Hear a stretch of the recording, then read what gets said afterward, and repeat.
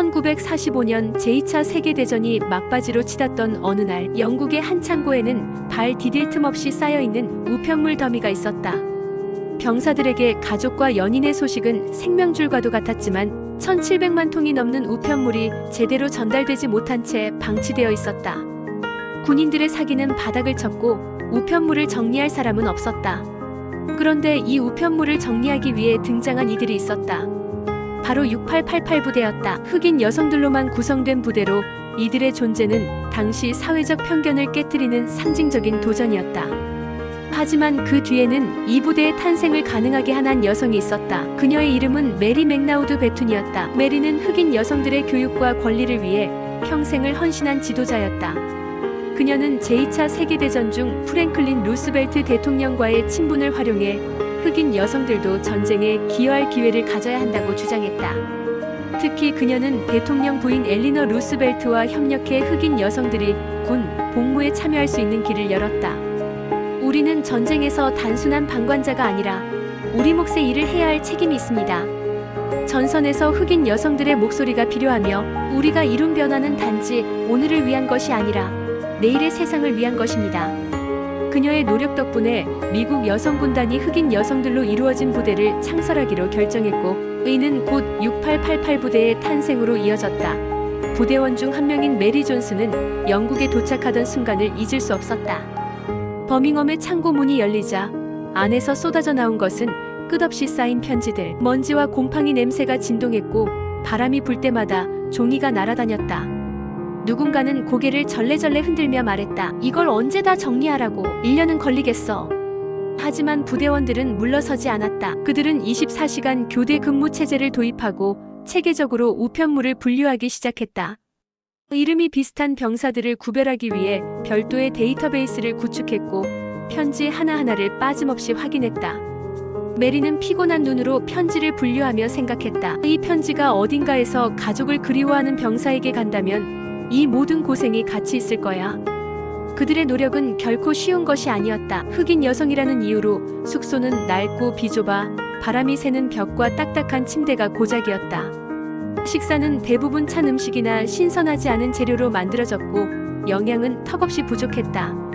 이들이 생활하던 공간과 식사는 인간적인 대우라고 보기 어려운 수준이었다. 심지어 몇몇 동료 병사들은 그들에게 냉소적인 말을 던지기도 했다. 왜 흑인 여자들이 전선에까지 와 있는 거지? 집에서 있지 않고. 하지만 부대의 리더 샬럿 에버중이는 흔들리지 않았다. 그는 부대원들에게 말했다. 우리가 여기 있는 이유를 잊지 맙시다. 우리의 존재가 전쟁터에서 사기를 잃은 병사들에게 희망이 될 겁니다. 그들은 서로를 격려하며 묵묵히 일을 해냈다. 놀랍게도 1년 이상 걸릴 것으로 예상되었던 작업을 단 3개월 만에 끝냈다. 버밍엄을 정리한 뒤 그들은 프랑스로 이동해 또 다른 우편물 더미와 싸워야 했다. 어느 날 메리 존스는 한 병사의 편지를 손에 들고 있었다. 편지 봉투는 전장에서 묻은 흙으로 얼룩져 있었고 글씨는 급하게 쓰인 듯 삐뚤빼뚤했다. 그녀는 편지를 펼쳐 읽으며 병사가 어머니를 그리워하며 쓴 진심 어린 문구들의 눈길을 멈췄다. 메리는 잠시 눈을 감고 어딘가에서 이 편지를 기다릴 어머니의 표정을 떠올렸다. 병사가 그토록 애타게 전하려던 마음이 이제 곧 전달될 것을 생각하며 그녀는 조용히 미소 지었다. 편지에는 이런 문구가 적혀 있었다. 어머니, 저를 걱정하지 마세요. 전 무사히 잘 있습니다. 사랑합니다. 메리는 조용히 편지를 분류 창고에 넣으며 미소 지었다. 이 편지가 전해지면 어딘가에 있는 한 어머니의 마음이 평안해질 것을 알았기 때문이다. 그들의 노고 덕분에 수백만 병사들은 가족의 편지를 받을 수 있었고 그로 인해 전선의 사기는 크게 회복되었다.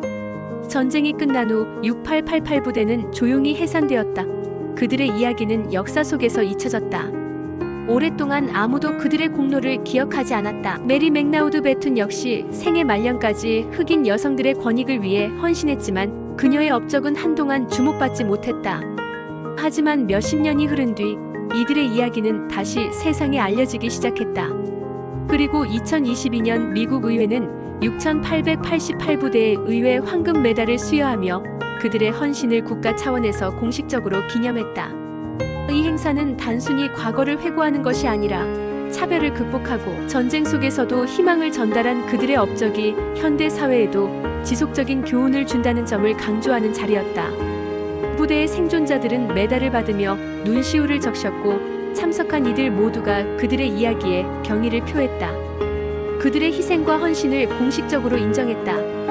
어느 인터뷰에서 한 부대원이 말했다. 우리는 단순히 편지를 정리한 사람들이 아니었어요. 우리는 병사들에게 희망을 전달한 사람들이었죠. 우리가 했던 일은 단순한 일이 아니었어요. 그것은 생명을 이어주는 일이었습니다. 그리고 이 모든 것을 가능하게 만든 메리 맥나우드 베툰, 그녀의 신념과 용기가 없었다면 6888 부대는 세상에 존재하지 않았을 것이다. 그들은 단순히 편지 더미를 치운 것이 아니라 전쟁의 혼란 속에서 희망과 연결을 지켜낸 진정한 영웅들이었다. 이 스토리를 바탕으로 만들어진 영화 6888 중앙 우편 대대는 넷플릭스에서 감상할 수 있습니다.